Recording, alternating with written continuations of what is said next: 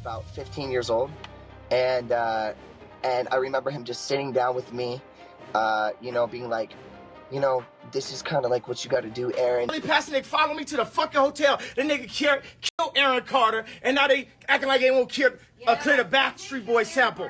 You get what I'm saying? Harvey Pasternak, Pusha, your trainer. Harvey Pasternak, Jay-Z. You get what I'm saying? Aaron Carter was despicable, though, because he begged for help to help get him a private security team to keep him alive. He said on numerous occasions, if anything happens to me, I promise you, I am not suicidal. And no one said anything. Sup, sobers? So I've been originally trying to stay out of this whole Diddy situation, but I kind of found my way into this rabbit hole accidentally, really. But ever since I've gotten into this rabbit hole of Diddy, it's just continued to get darker, deeper, wilder, and the accusations just keep coming. Like, it's like, this has to be the biggest scandal of this century. It's absolutely mind-boggling that this is happening. What I do want to talk about is Aaron Carter. Nearly everybody can remember Aaron Carter's skyrocket to fame following on the coattails of his big brother Nick Carter, who was in the Backstreet Boys. At least I can remember that. I don't know. I'd imagine a lot of people do. But Nick Carter's little brother quickly became even more popular than him or the Backstreet Boys, selling 4 platinum albums, skyrocketing to fame. However, Aaron Carter would also find himself in and out of rehab 5 times as he struggled with substance abuse and the lifestyle that comes with chasing the fame from being a childhood superstar. And honestly, truly, the saga of Aaron Carter is one filled with tragedy. Like, his whole family story is truly sad. His story is sad. It's just filled with so many ups and downs. But the one thing that leaves fans really, really questioning his untimely end is the fact that towards the end of his life, he was on an upward trajectory. He just had a new son. He was working on a new album. He was working on like restarting and kickstarting his music career back up.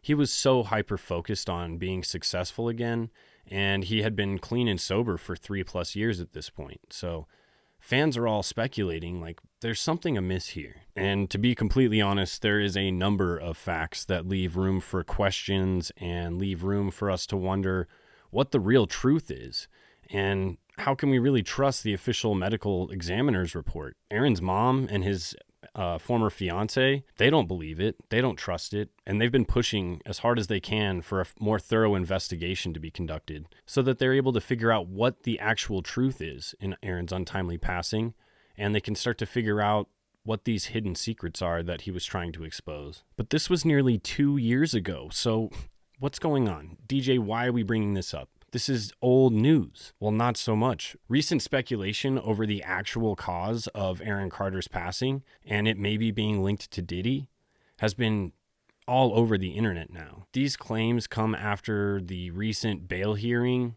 that happened last week, where Diddy was denied for the final time being released on bail. So he will be in jail until his trial next May. On top of everything else, Diddy's attorney resigned and left him, just up and left after that bail hearing. So what happened at that bail hearing, and what new evidence has come out that caused his attorney to just up and leave? There has been an eruption of people talking about the links between Diddy and some of the untimely passings of numerous different celebrities, most notably Aaron Carter, Kim Porter, and Jamie Foxx, who was not actually unalived, but the circumstances surrounding his 20-day coma period are all being investigated now by the FBI after this bail hearing. So did he have something to do with Aaron Carter's untimely demise? Certainly there's some strange circumstances around it. Or did he really overdose like the official medical examiner's report says? Well, let's find out. Oh my God. Let me show you what I got. This beat is so hot. Oh my God. I literally can't even imagine what Aaron Carter's life was like, being a 10-year-old superstar, having girls already want you when you have no idea what having a girlfriend or like any of that really means even. But following on the coattails of his big brother, like, he knew that he wanted to be a dancer. He knew he wanted to be a singer, and he got his dream. It came true quicker than he thought. Unfortunately, like so many other child superstars, they just achieve that pinnacle of success so early. And it seems like following that, they experience lifelong struggles. And a lot of the time that has a lot to do with addiction and substance abuse. Aaron Charles Carter was born December 7th, 1987 in Tampa Bay, Florida. And his parents were Jane Schneck and Robert Gene Carter. Now, Aaron was the youngest of 5 siblings, technically, though he was a twin. So technically he was like the youngest of 4. But anyways, he was a twin. His twin sister's name was Angel.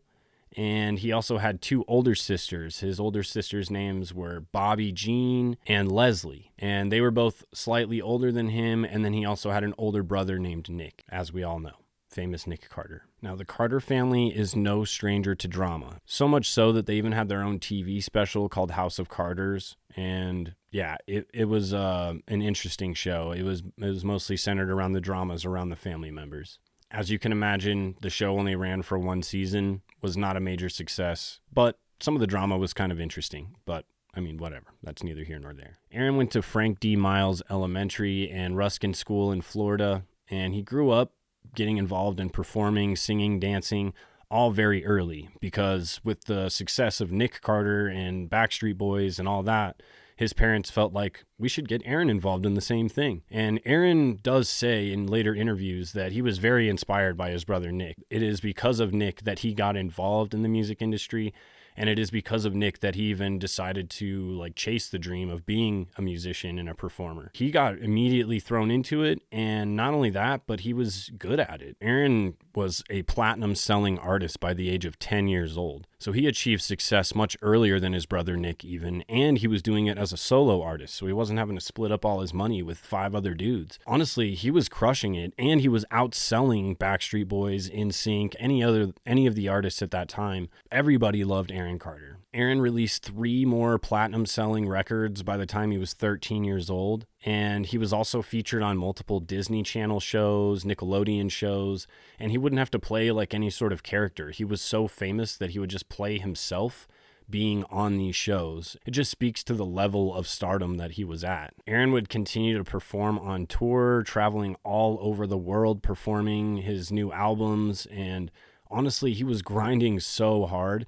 And this was in the time before social media. So he was not only grinding doing tours, but he would do these things where they would do mall signings. So they would just go to malls and just like shut that shit down and just have like teen girls all over the place just trying to get an autograph. 5,000 to 10,000 autographs in a total of 5 hours, which sounds exhausting. My hand is cramping up right now thinking about it. Now, some might say, like myself, that this sounds truly awful. I don't know if I would really want that kind of explosive rise to fame where like my attention is literally always being asked for. And I'm not sure if I could handle it, maybe is what I mean more than anything. But other people might think that sounds like a dream. That's a dream come true. That's what every music artist, that's what everybody dreams to have happen. They want to go viral and blow up overnight and become an American sensation. And that's exactly what happened with Aaron. But in my opinion, I think he was completely robbed of a childhood. He was able to experience up to 10 years old, and then growing into his teen years, some of his most transformative years was when he was being so externally focused on his career and what everybody else wants for him and moving forward with his music career, that he wasn't able to focus on how to grow up and be a human being. And I feel like that's where a lot of child stars end up struggling, because they don't learn how to cope with things, and they end up turning to substances to help them deal with the stressors and the struggles of being a famous human being, which sounds exhausting, to be honest. Completely exhausting. Paparazzi, crazy fans, always having to be the person that people expect you to be. Like, it's just a very exhausting lifestyle. But with his amazing rise to success, Aaron would be thrust into the entertainment industry and would be mingling with the most VIP elite of our society. And this is when, at the age of 9, he starts to mingle with people like Diddy. By the age of 15, Aaron had released 4 studio albums, all of which were gold, platinum performing records. On his second album, he had actually signed to a new record label, Jive Records. And Jive Records is a subsidiary company underneath the parent company, Sony Records. And Sony Records is also the parent company of Bad Boy Entertainment. And Bad Boy Entertainment signed over to them in 2002, I believe. The overlap there would definitely place Aaron Carter, who was the most massive child superstar on the planet, definitely in the same circles as people like Sean P. Diddy, Puff Daddy, Brother Love Combs. And Sean Combs is one of the most notorious and influential people in the music industry. So to think that they didn't mingle in the same circles would be foolish. Also happening around this same early 2000s era would be the explosion of Diddy's freak-off parties and his notorious parties that if you were invited to one of Diddy's parties, you may not have known what you were getting into at that time because it was a newer thing, but once you got there, you were quickly aware of what was going on. There's an explosion on the internet right now of this interview that Aaron Carter gives with Entertainment Tonight, and in this interview, he explains how things got extremely bad for him when he was 15. Which would have been around, 1987. That would have been around like 2002, roughly. So this is after he's moved over record companies. He's underneath Jive Records. And he also mentions that at the same time, his mom and dad told him right before he is to film his feature on MTV Cribs that they were going to be getting divorced. And so he had to go through this entire MTV Cribs episode knowing that everything that he's talking about may not even be there anymore because he doesn't know what's going to happen with his parents splitting up. He's still a minor. He's not able to own his own place, anything like that. So he doesn't know what's going to happen. On my Twitter, and I see people saying, you look like you have AIDS, you should go die. I don't understand how I dedicated 22 years of my life to my fans, and now they turn on me. Do you regret ever getting involved in... I didn't have a choice. It got bad when I was about 15 years old, because when I did MTV Cribs, the day that I had to go show off that house, my mom and my dad told me, we're getting a divorce, but you still have to go do this. I had to go show off all the stuff, my whole life, that was going to be taken away from me. So going through that MTV Cribs episode had to be amazingly traumatizing. And this Entertainment Tonight interview, he seems amazingly traumatized. He's breaking down crying, and he talks more about how things got extremely bad for him at this time. There's speculation going on that this might have been when Diddy had more of an influence on him, and Aaron was starting to fall deeper and deeper into his addiction issues as well. And with this happening with his parents, he was slowly turning more and more to substances. And being around a music mogul like Diddy that has access to pretty much anything he would want, it's very likely that he found himself kind of closer to Diddy than he maybe would have liked. And Aaron is a self-proclaimed survivor of SA, and there is tons of speculation saying that the SA that he endured was likely from someone in the entertainment industry. Not to mention, Aaron's in a super vulnerable and sad, depressed state with everything going on in his personal life. And that's not even the end of it. That's just the tip of the iceberg with what's going on with Aaron. Fueling these allegations even further is the comparison that people are making between Justin Bieber and Aaron Carter. You would be blind to not see the similarities in these two stories. These two guys went through very similar trajectories, rising as childhood stars, very similar ages. Although Justin Bieber was a few years older than Aaron, Aaron was extremely young, extremely vulnerable, extremely susceptible to being influenced by famous and big figures in the music industry. And especially with Justin Bieber being so open about the abuse that he endured, his struggles with addiction and substance abuse, just seeing his struggles through growing up in the entertainment industry, in the spotlight the way he did.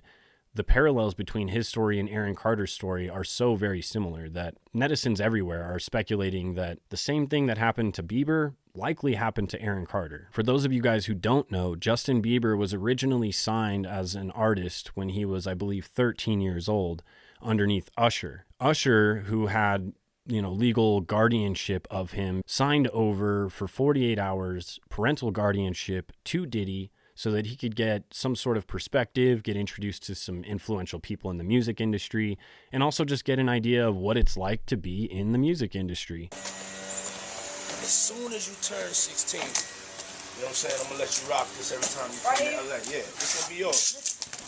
So every time you come to LA, it's a little dusty, but you know, go get the front shot of this. Man. Minute. Woo. Okay. Okay. All right, so I'm gonna be driving this next year.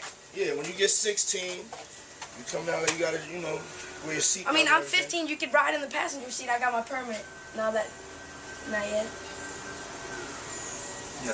All right, No, 16. You're not ready. 16. Let's slow down. Let's slow down, Jess. Okay. Let's slow down, okay? One step at a time. But yeah, the keys is yours when you get 16. You're good to go. I'm good to go. Yeah. All right. And then when you get 18, you get the house. You get the mansion. Okay. I get the mansion. Yeah. So where are we off to now? And where'd you like to go? I mean, wherever you want to go. Where are we going? So check this out, yo. Justin, you ever seen the movie 48 Hours? Right now, he's having 48 hours with Diddy, him and his boy. They're having the times of their lives, like you know, where we hanging out and what we doing. We can't really disclose, but it's definitely a 15-year-old's dream. You know, I have been given custody of him. You know, he signed to Usher. I'm signed to Usher. I had legal guardianship of Usher when you know he did his first album. I did Usher's first album. I don't have legal guardianship of him, but for the next 48 hours, he's with me. So and we gonna go full crazy. I'm going crazy. Crazy. I'm taking this out tonight. What you want to do? What you want to do over the next 48 hours? 48 hours. Let's go. Let's just go get some girls. Let's go hang out with some girls. A man after my heart. That 48 hours seems to have left a lasting impact on Justin Bieber. There are so many videos after this of him just acting really awkwardly around Diddy. And not only that, but there's another viral clip that's going super viral about Diddy, who is on a talk show with Justin Bieber. And Bieber is asked a specific question about when he's going to get this Lamborghini. And you can tell that Diddy immediately cuts him off, shuts it down, and is like, he knows better than to be talking about what he does with Big Brother Puff on national television. When is that coming, that Lamborghini? He had the Lamborghini for a day or two, and he had access to the house, and he knows better than to be talking about the things that he does with Big Brother Puff on national television. Oh, apparently not. Some things, everything ain't for everybody.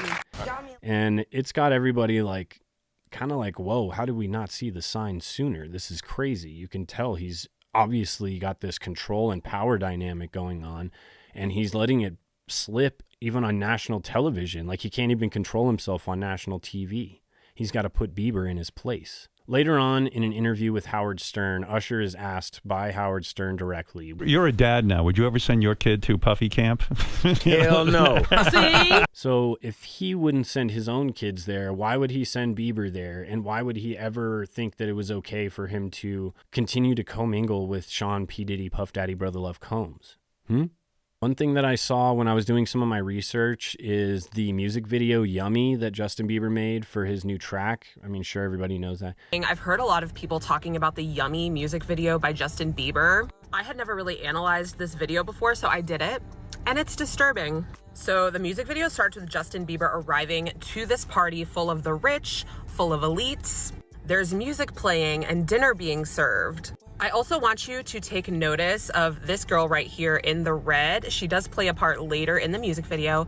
Justin Bieber sits down at a table, and of course they all start eating. One thing I want you to notice though is this. Look at this sandwich. Just look at the placement of the bread. So this is a better picture of the bread. Why would his sandwich be placed like that? The bread is set up like a shield almost. If you take a closer look at the sandwich, there's actually a cherry there. So the bread is set up to protect the cherry. So Justin is eating and having a good time with them until the gross food starts coming out like this. That's when he stops eating, and if you pay attention, the sandwich on the table is now turned around and it looks like something else. Here's a better look of that sandwich. It looks like a face with a tongue sticking out, like a pickle. and also olives on the sandwich, and the cherry is black, which may indicate that it's rotten. So they continue to party, things start getting a little lit, the lights go off, the women start to come out, so the black lights start coming on. Something very, very interesting to me though, and something that caught my eye instantly is this. Here's a better picture, a screenshot. This is a white party. This is a P. Diddy white party. Shocked. So they're out here partying, living their best life, and then all of a sudden it ends. And you see Justin here. There's a few things I want to look at here.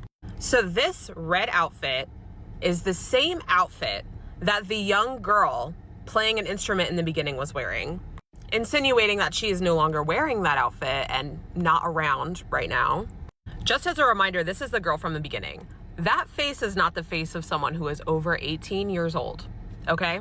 I also think it's interesting that she's a musician in this scenario.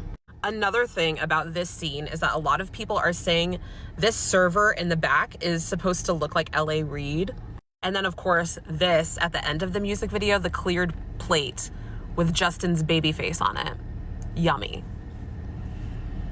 No words. Very cryptic, very weird, but a lot of people speculate it's saying something to do with how he was used by these older members, these older male members of the music industry, and it's just kind of hinting to the struggles and the abuse that he endured. Now, moving back to Aaron, around this same period, Aaron released his album titled Earthquake. It was roughly around the same time period when his mom decides that she is going to sue Lou Pearlman, who was the producer of Aaron Carter's very first album and second album before they ended up switching over to Jive Records. And they say that Lou Pearlman was not giving them the royalties that he was entitled to. And so they sued him for, I don't even know how much money. They ended up settling it outside of court. But it was around the same time period that Aaron Carter realizes the things that have been going on behind his back. And he finds out that his parents have actually found some way, some loophole around the Coogan Law, which the Coogan Law is a law that's put in place to ensure that child actors and child stars who are minors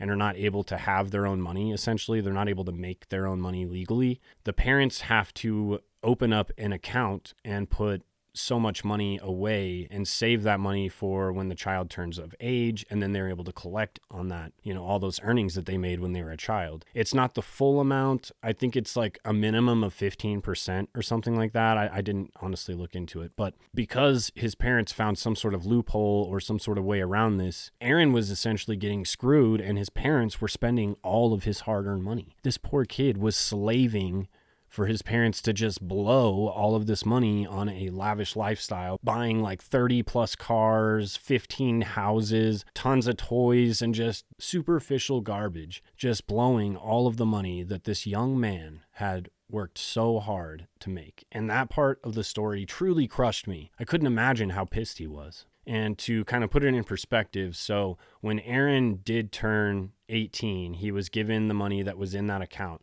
He was given $2 million.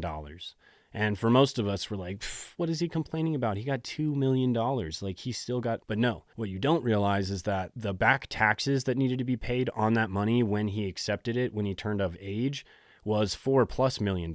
So he actually started $2+ million in debt. And that left him struggling as a fresh 18-year-old who is no longer a childhood superstar and is struggling with addiction issues, struggling with family issues, and is having a real hard time maintaining his own musical career. Honestly, this just seemed so devastating, and this definitely seemed to add to the reasons that he continued to spiral on down. From 2006 to 2012, Aaron Carter was not doing really much of anything. He released a couple of singles and maybe a couple of videos, but there was really not much action. There was no full studio albums going on. There was no tours being planned or done.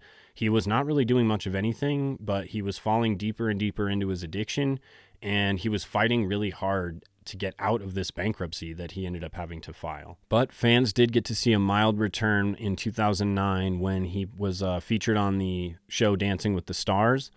And he had an amazing performance, and people could see how passionate he was on the show. People could tell that he wasn't using it this time. It was good to see him come back and be giving all of himself to something like he was. This seemed to be a turning point for Aaron. It seemed to be something that changed his perspective on things. And shortly after that, in 2011, he would actually admit himself into the Betty Ford Rehab Center. And he would be there for a good month and would work on his recovery and start his recovery journey. Following his release from rehab in 2012, he actually decided to go back on tour. And he did a Canadian-US tour, performing 150 shows. And everybody was starting to see like, oh shoot, Aaron Carter's back. This is crazy. One thing that I saw as a consistent theme throughout Aaron's life, though, is that when he experienced some sort of tragedy, heartache, any sort of issues where he would normally have to cope, that is where he seemed to struggle and ended up turning back to substance abuse.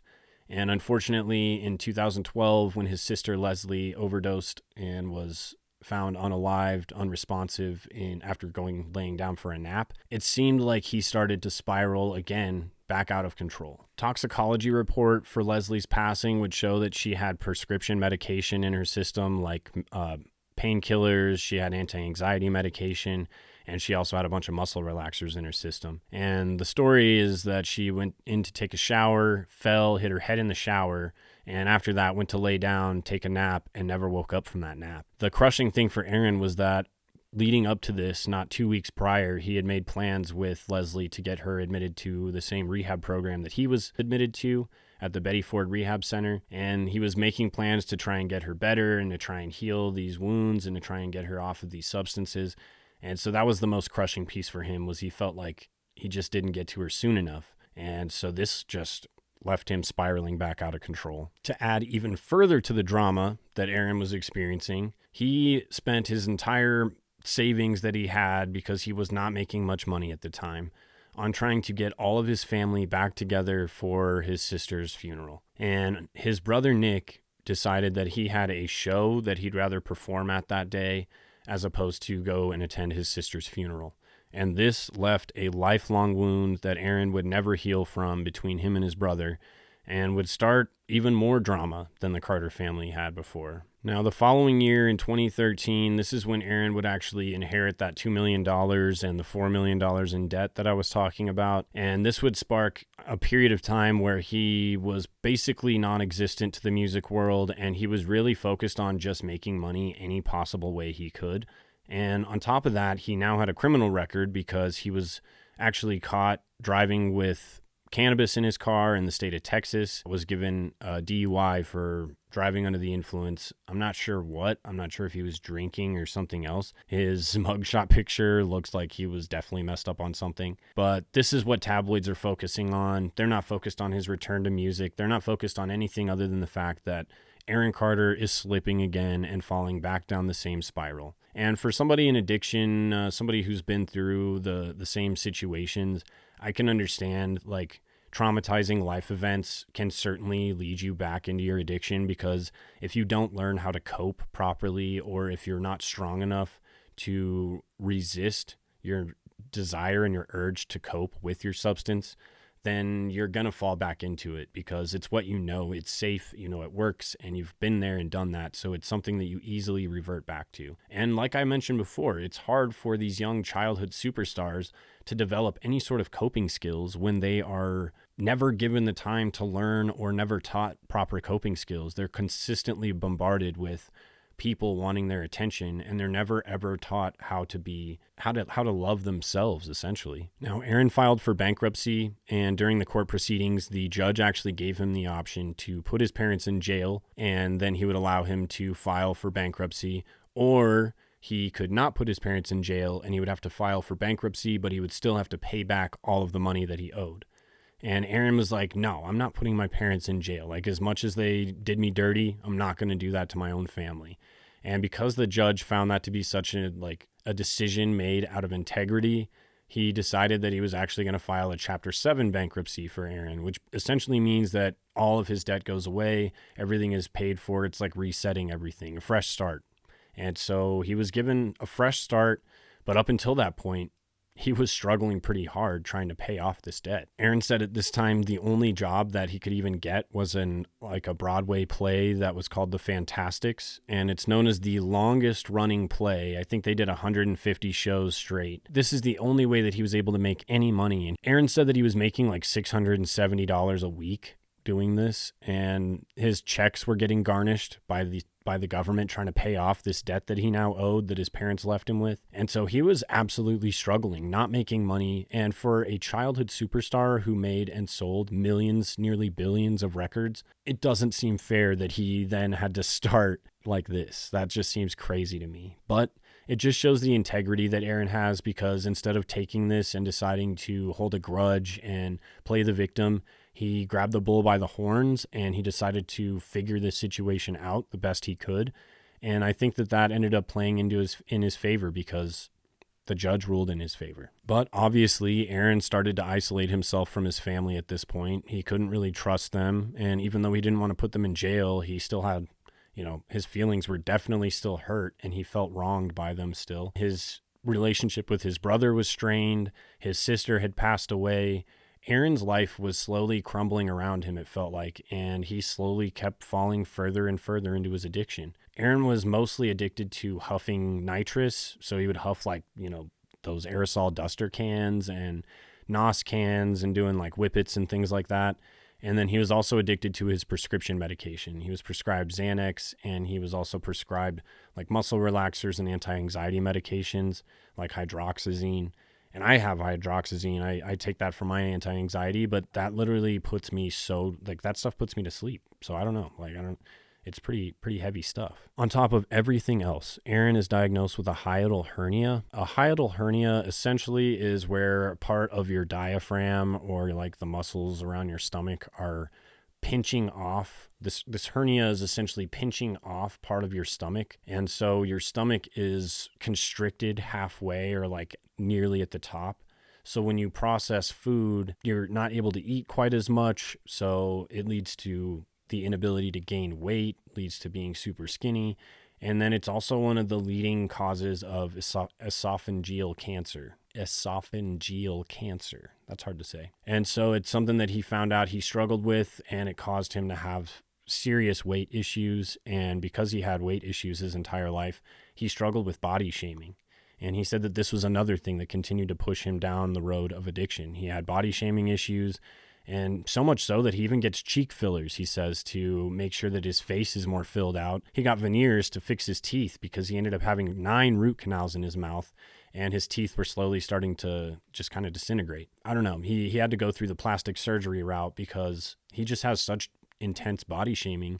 And because of this, he was a very big, outspoken proponent of body shaming and, being awareness about body shaming and how it can truly affect people in a real serious way and lead them, like him, down the road of addiction. Over the next 4 years, Aaron would continue to battle his substance abuse issues. It's said that he experienced over 100 seizures because of his huffing addiction, and that combined with his prescription medication, sometimes those cause seizures. But things hit a truly all-time low in 2017 when Aaron's dad passed away. And even though he had, kind of a strained relationship with his parents, he said that this still was such a traumatic, heartbreaking part of his life that left him truly broken. And he was already struggling with addiction, body shaming, all these other issues.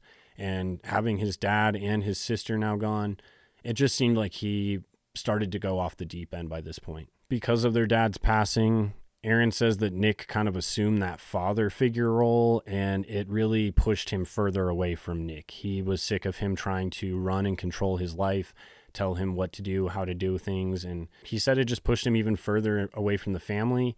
And instead of having this passing unite the family and bring them closer together for each other, it seemed to cause more strain and more issues for everybody. And this is when Aaron starts really going out on his own, and he starts really pursuing what he wants. He's starting to make that transition from being a childhood superstar to being an adult performer. His main goal is to become a record producer where he's able to sign artists and actually, he's not having to actually make music as much, but he's finding artists that are going to make music for him. And in order to do that, he decides to open up his own record label, Rackus Records. and he starts working on his very first studio album entitled The Love Album. And it's a self-produced album, and Aaron is super hyper-focused on it, but he relapses yet again after the passing of his dad, and this kind of marks his decline yet again until 2018 when he admits himself to the Aloe House, yet again another rehab facility. This would be the fourth time that he is admitted into rehab. Aaron would spend about 3 months at this rehab center, and once he gets out, he becomes very outspoken, very big proponent for substance abuse recovery and addiction awareness, and he's very open about his story. He goes on multiple interviews and shares his story, talks about his journey, and he's actually sober for a solid 3+ years. Things seem to be turning around for him. He finally self-produces his Love album. Him and his girlfriend at the time, Melanie Martin, get engaged. They have a son in 2021. His name's Prince Carter. That's Aaron's very first son. And it just seems like Aaron's life is slowly starting to piece back together. And he's following his dream of being a record producer. So it couldn't get any better for him, honestly. Aaron named his son Prince because it's supposed to be a tribute to Michael Jackson. Michael Jackson was very close with Aaron Carter. Aaron performed at Michael Jackson's anniversary celebration at Madison Square Garden, and ever since that day, the two of them were super close. And Aaron recounts tons of times talking with Michael Jackson about life, just anything. Now, just as a side note, Aaron and Michael were super close all the way up until the point where Michael Jackson passed away in 2009. Michael Jackson also passed away very, very shortly after having a serious suing legal dispute with Sony Records. So this will be one of many artists that seem to suddenly disappear after having a dispute over money with Sony Records. Diddy represents one of the biggest record labels underneath Sony Records, so just keep that in mind. There's a lot of speculation around this time that Aaron started to slowly slip back into addiction and was actually using again.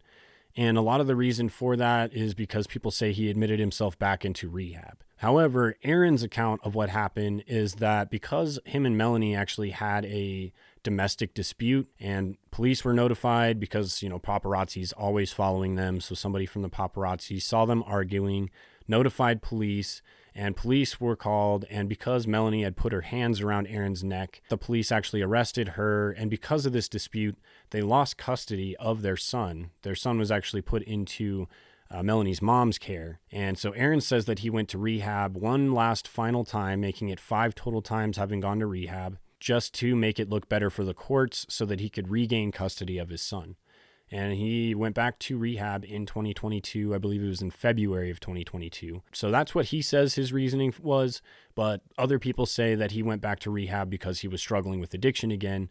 And obviously, this would lend more credibility to the fact that he then passed away from an overdose. But according to Aaron himself, he says he was not struggling with an addiction issue again. He said that he had recovered, and up until that point, he was 3+ years sober. So the speculation's out there. It's hard to know what the truth is. And unfortunately, tragedy would strike the Carter family yet again on November 5th, 2022, when Aaron would be discovered by his housekeeper, unalived, unresponsive, in his bathtub, and he was gone. Aaron Carter was only 34 years old when he passed, which is how old I am now. And so, I don't know, it made me really sad to know that he was gone so soon. But seems like a pretty open and shut case, right? Like, he was an addict. He overdosed on prescription medication and huffing nitrous.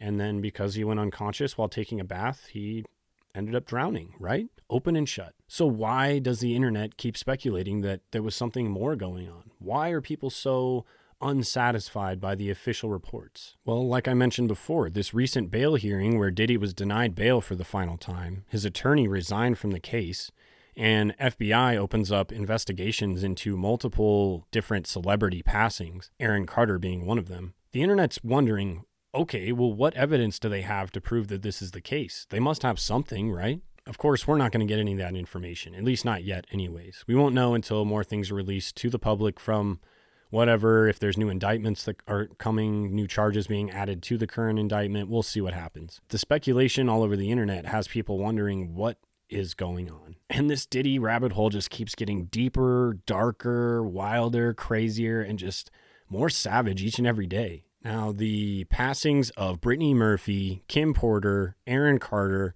and the random coma hospitalization that Jamie Foxx experienced are all now being reinvestigated because all of these people had very close ties to Diddy or Sony Records. And there seems to now be reason to think that Diddy was out to silence anybody who was looking to expose him. And the evidence is starting to get pretty convincing. In my digging, I actually found a story even older that is quite controversial, the Whitney Houston case, because Whitney Houston was found unalived under the same circumstances that these celebrities were found. And the crazy part that actually ties everything back together is that Whitney Houston was working underneath Clive Davis. Clive Davis is the chief creative officer of Sony Records. And he was a mentor, and a lot of people accuse him of actually grooming Diddy in the way that Diddy groomed a lot of young up-and-coming artists. The connection between Clive Davis now possibly showing Diddy, this is what you do when you have a problem. He did it to Whitney Houston. It worked for him. Hey, Diddy, this is what I did. This is what you should do. So the ties start to get eerily similar. But all of these celebrities passed away from pneumonia. Seems pretty normal, right? But kind of weird since they're all so young. Pneumonia doesn't normally take you out like that. And the one thing that seems overwhelmingly obvious is that people believe cyanide must have been involved. The reason that people are convinced cyanide was involved is because of this interview that Big Homie CC does, where he talks about how he personally tested positive for cyanide because they're using this stuff to slowly take people out. And he said that he had attended 3 different Diddy parties. He'd been around multiple people in Diddy's entourage. He'd been around Diddy himself multiple different times. And he said that every time he would leave a Diddy party, he would have himself tested because part of his line of work, being a security guard, is to make sure that he takes every precaution to keep his clients safe. And so he started to suspect that possibly people were being given cyanide, and this cyanide was causing them to have these flu-like symptoms. And then eventually, if continued to be dosed with cyanide over a long period of time, you eventually develop flu symptoms, and then eventually it leads to pneumonia, and pneumonia can eventually leave you gone. Somebody been trying to poison me. My brother got poisoned with me. The little lady I was bodyguarding, she got poisoned. Like, somebody is carrying on these antics. These is facts. It's ways in this industry people go about doing things. Just know I tested positive for cyanide 3 times after drinking some bottles in the club. Once you get hit with the cyanide, it turned into pneumonia. I had it 3 times. So, fact. So what do you think that you did that made them want to poison you? If you ask anybody about me, they're going to tell you I'm known for blowing the spot up. So, like, I've had altercations with people around him for doing strange things to people that I'm close with. And they do little sneaky stuff like that. You feel me? So, you know. Now that I know that certain people off the street, the money is dried up, you know, so now it's time to play ball. I didn't know this about cyanide. Cyanide is very detectable. It's something that they can find, but there's a very small window for them to detect it. The one other piece of this puzzle that people are speculating on is that all of these people, except for Aaron Carter, all had the same medical examiner, Ed Winter. The same county coroner was making the decision, writing the official report as to the official cause of unaliving. And this is the reason that everybody speculates Diddy might have had a hand in what happened because maybe he controlled this medical examiner, Ed Winter. And even more compelling towards that end is that Ed Winter, when he was asked to reevaluate Kim Porter, who had also passed away from pneumonia, he passed away from a very similar situation, an early passing at the age of 65 from complications with pneumonia. What is going on, you guys? Coincidence? I think not. That's too crazy to be coincidence. Now, of course, Jamie Foxx didn't pass away from what happened to him, but Jamie Foxx did end up in the hospital for 20 days. His recount of this whole situation, this happened in 2023. He was having a real bad headache. He was hanging out with Diddy. He asked him for an Advil. He says after that, he woke up 20 days later in the hospital. April 11th last year, bad headache. Asked my boy for an Advil. Gone for 20 days. I don't remember anything. So they told me, I'm in Atlanta, they told me, my sister and my daughter took me to the first doctor. Get the cortisone shot. Next doctor said, something going on up there. I won't say it on camera. What are some of the things that you heard behind the scenes that were going on before this indictment actually dropped? Well, I know he poisoned Jamie Foxx, and Jamie Foxx reported him to the FBI because of it.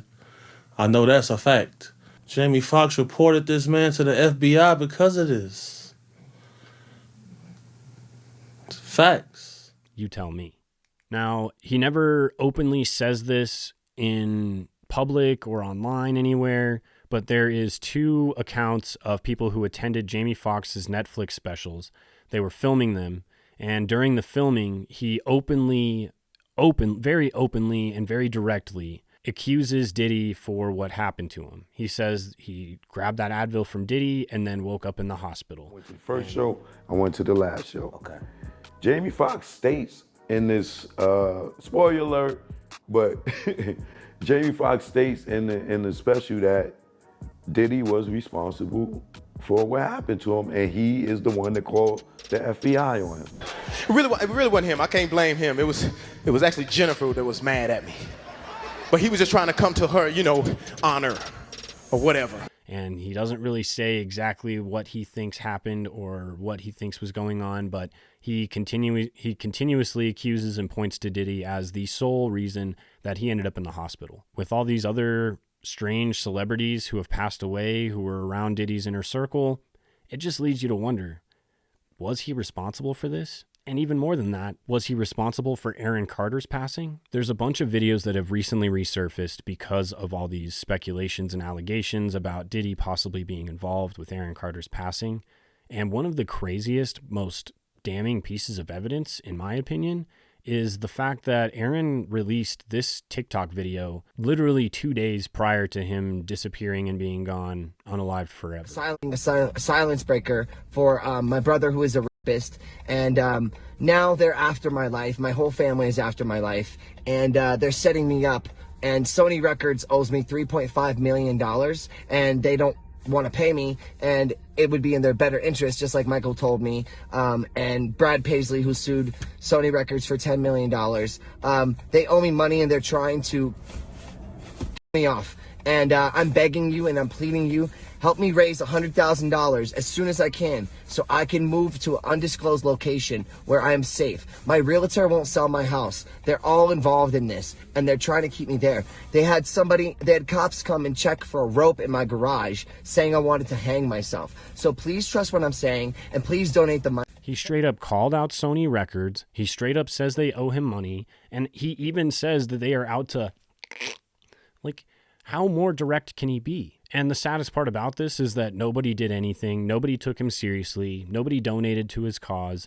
And then 2 days later, he would be found unresponsive in a bathtub. And I'm sure if Diddy was responsible for this, they were likely banking on the fact that everybody would just assume he was crazy because he has a history of addiction issues. He has a history of relapsing. So the chances that he was just high and really had no idea what he was talking about, was just talking crazy, was pretty likely. So they could just brush it off as that, or at least confuse and muddy the waters by pushing that as the official narrative.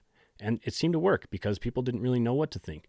They assumed that this was just real hard evidence showing that he was in the depths of his addiction again and had officially relapsed, and that the official story of him overdosing makes total sense. But the circumstances surrounding Aaron's passing and the circumstances in which he was found are all very peculiar. First of all, Melanie Martin, which is Aaron's fiance, and his mom do not accept the official coroner's report. To start off, the official medical examiner coroner's report was not published until 5 months later. So what is it that took them 5 months to get this report published to the public? On top of that, Aaron's mom releases crime scene photos. She was allowed to go in to this house where the bathtub that Aaron was found in was not drained.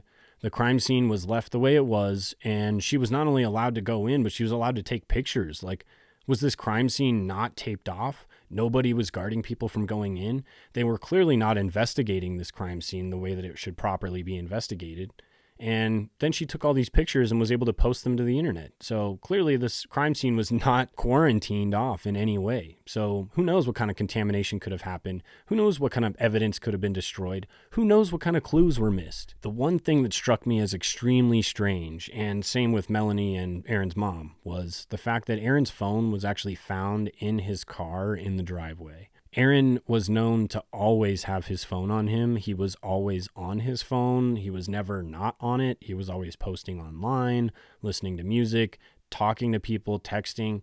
There was never a moment that Aaron was seen without his phone. So when his phone was found in his car in the driveway, far away from his body where he was found, and he was going to take a bath too. If I'm going to take a bath, I always bring my phone in there because I'm probably watching videos or listening to music or something. Just very strange that a guy who always had his phone on him did not have his phone on him or even near him when he passed. Now, Aaron was not examined by the same medical examiner, Ed Winter, that all the other celebrities were. Ed actually passed away, like I mentioned, but it was the same coroner's office, the same medical examiner's office performing the autopsy. So the likelihood that if Diddy controlled somebody in that area, or if Diddy has any sort of hold on the medical examiner's office or the police of LA County, then it's very likely that that reach did not just extend to one person. It is likely over the entire department, the entire system that they have in place out there. So I don't know.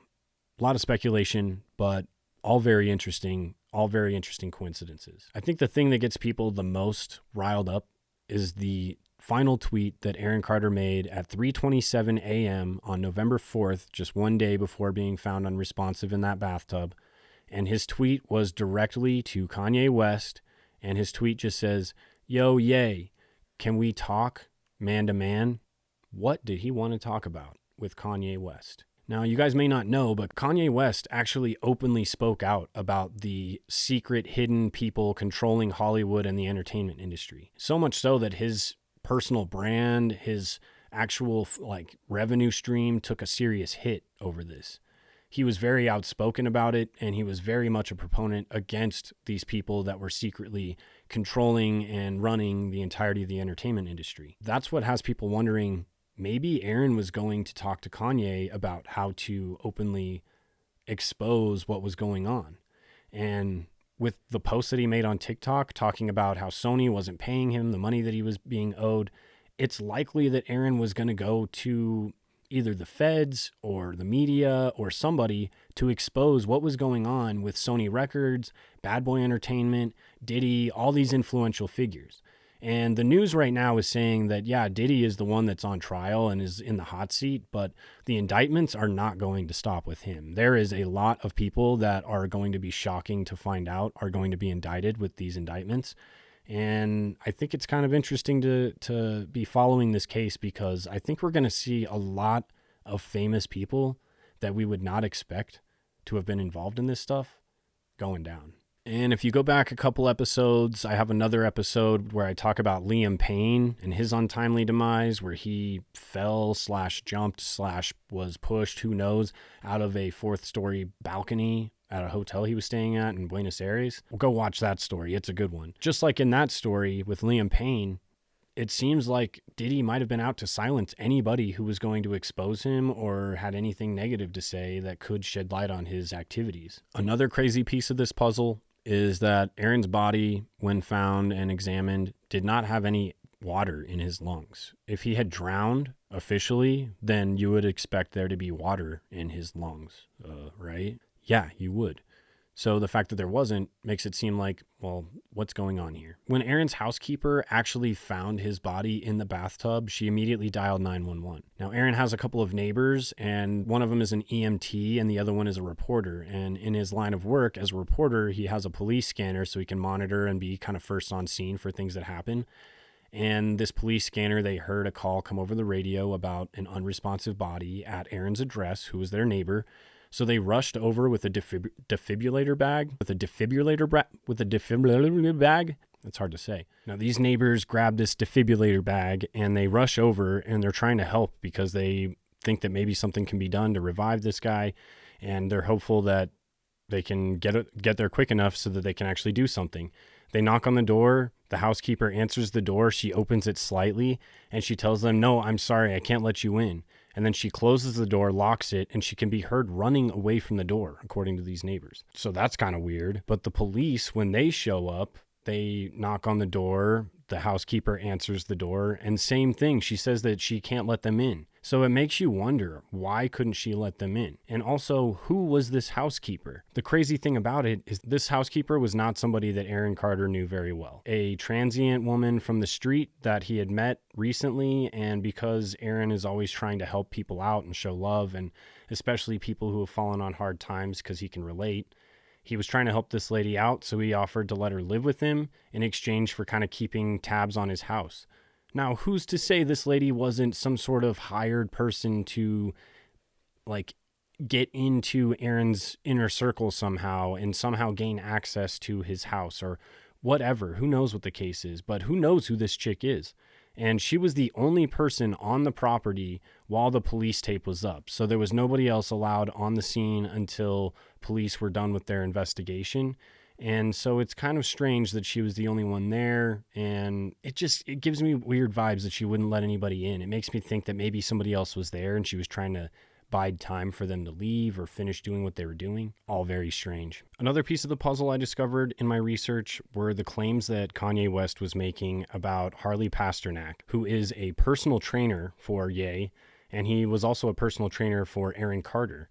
And Ye is openly accusing Harvey Pasternak of being not only a celebrity handler, but also responsible for what happened to Aaron. He thinks that he was the guy that went in there and set this up to look like he basically overdosed and accidentally unalived himself. And his claims for this is that Harvey Pasternak made threats to Ye about putting him in such a seduced state and under conservatorship that he wouldn't even know like what was going on. And he even says something along the lines of like family gatherings won't be the same, or like time with your kids won't be the same, something like that. But I've got the clip. It's really crazy. Harvey Pasternak followed me to the fucking hotel. The nigga killed Aaron Carter, and now they acting like they won't clear the Backstreet Boys sample. You get what I'm saying? Harvey Pasternak, pusher. Your trainer, Harvey Pasternak, Jay-Z. You get what I'm saying? Another piece of this is that you can tell Aaron's body had been in this bathtub for a while because the decomposition, the green water, it's very clear that he had been there for at least 12 hours. The other thing with his phone, not only was it not on his person or near his person, but the phone had not been used for 12 plus hours. There was no phone activity at all from a guy who was glued to his phone and was constantly using it. Nobody found him for 12 hours. That just seems unlikely. And Aaron's body was not found until 11:14 the morning of November 5th. So that means he had to have been there since at least 11 p.m. the night before, a long period of time. A lot of things could have happened. So who really knows? Now, Harvey Pasternak was not only a celebrity handler, but he was also a member of the Department of Defense in Canada. People are speculating that he worked on projects that were centered around like mind control and how to control people. And then not only that, but he does studies on physiology and then different substances. So there's a lot of speculation about who this guy actually is, but Kanye West firmly believes that not only was he following him around and was after him because of the things that he was saying, but he thinks that he was responsible for what happened to Aaron Carter because Aaron Carter also used him as a personal trainer. Things just keep getting more and more murky. The last piece of the puzzle that I want to point out is that Aaron Carter's untimely passing came just one day after Diddy's birthday. Coincidence? Possibly, but who really freaking knows? It is kind of a strange coincidence. And with all the other things that line up, with the suspicious circumstances surrounding his passing, with the other celebrities that have passed away under similar circumstances, the tweets and TikToks and messages that he had sent out just before passing away, literally 2 days, 1 day, literally days prior to him disappearing, he was claiming that people were after him. And then suddenly he shows up in a bathtub, overdosed. To me, it just is a little too coincidental for me to not take more of a deeper look at it. So I don't know. Honestly, at this point, it's all speculation. Maybe we'll find out more as this indictment continues to evolve and this whole Diddy thing continues to evolve. Regardless, I hate pop music. I honestly didn't really listen to Aaron Carter that much. I listened to the Backstreet Boys and NSYNC when I was younger, but like now I really don't like pop music. Regardless, I can still respect Aaron Carter and his struggle. And not only that, but he was very open, honest, authentic, outspoken, and he was a huge proponent of sobriety. He was constantly talking about sobriety, encouraging others to get sober, and talking about how much it had changed his life for the better. And you can visibly see that. His career started doing better. He started being more focused on himself, his family, friends, his I don't know, everything when he was sober. And right up until the end, that's what it seemed like. It seemed like he had plans for the future. It seemed like he was literally making plans for another album. He was making plans to make more music, and he had every intention of continuing to work on his goal of being a producer. For him to then pass away like that and to have relapsed, it all just seems fishy. He was on a good trajectory. Nothing truly had happened. He just had a son that he was very excited about, proud of, and was happy. He was getting married. His fiance and him were planning to get married. It just seems so strange that he suddenly would end up like he did. But I want to know what you guys think. What do you guys think happened with Aaron Carter? Do you think that he was too far gone? Maybe he relapsed again and it was just a simple open and shut case? Or do you think something worse was going on? I don't know. All I know is that I'm inclined to follow this a little further and see what else is going on. And this has opened up a whole slew of other opportunities for me to talk about. So next week's episode, I think we're going to talk about Brittany Murphy. And Brittany Murphy is another case that people are wondering, was this tied to Diddy? So we'll talk about that next week. But if you need more sobering stories and you just can't get enough, you just need more, I'll put a whole playlist right here. It has every single one I've done so far. Otherwise, I'll put another one up right here. I'll probably make it the Liam Payne one because that's a good episode, very relevant to this case. And also, it's just a good one. You should watch it. I don't know. As things come to light, hopefully we'll learn more. And if we do, I will check back with more information. Updates. One way or the other, substance abuse is a serious struggle. And if you are also struggling or you know someone that's struggling, reach out to them. Send them to my channel. I'm reachable on all platforms. And yeah, I don't know. I'm always here to help. I'm always down to share my journey, and I'm always down to help others find their path as well. Aaron Carter's an inspiration to me as a sober person, and I hope that he is to others. I find that his tragic ending is truly heartbreaking, and it's sad that he struggled so hard for so long. He was a really strong person, and he did everything in his power to try and do right by himself, and didn't really care what the world thought about him, and that is one of the coolest things about him as a famous celebrity, because so many times you see celebrities so overly worried and concerned about what people think of them, how they look, how they come across, their public image. And I get it. It's part of their job essentially, but sometimes it can be consuming. And I like that Aaron Carter seems to have accepted and been humbled by his demons. And I can totally respect that. That's really all I got for you guys. I really appreciate you sitting for this long, listening to me talk about Aaron Carter, his substance abuse issues, and just kind of the darkness that surrounds his passing. And I don't know, as things come to light, hopefully we'll learn more. If you find yourself struggling or you know somebody that's struggling, send them my way. I'm reachable on all social media. And yeah, other than that, I think two of the most tragic stories in Hollywood right now in the past 5 years is Aaron Carter and Nipsey Hussle. Aaron Carter was despicable, though, because he begged for help in front of the world. He begged for financial support to help get him a private security team to keep him alive. He said on numerous occasions, if anything happens to me, I promise you, I am not suicidal. And no one said anything. Silence breaker for my brother who is a rapist, and now they're after my life. My whole family is after my life, and they're setting me up. And Sony Records owes me $3.5 million, and they don't want to pay me, and it would be in their better interest, just like Michael told me. And Brad Paisley, who sued Sony Records for $10 million, they owe me money, and they're trying to. Later, sobers. Oh my God. Let me show you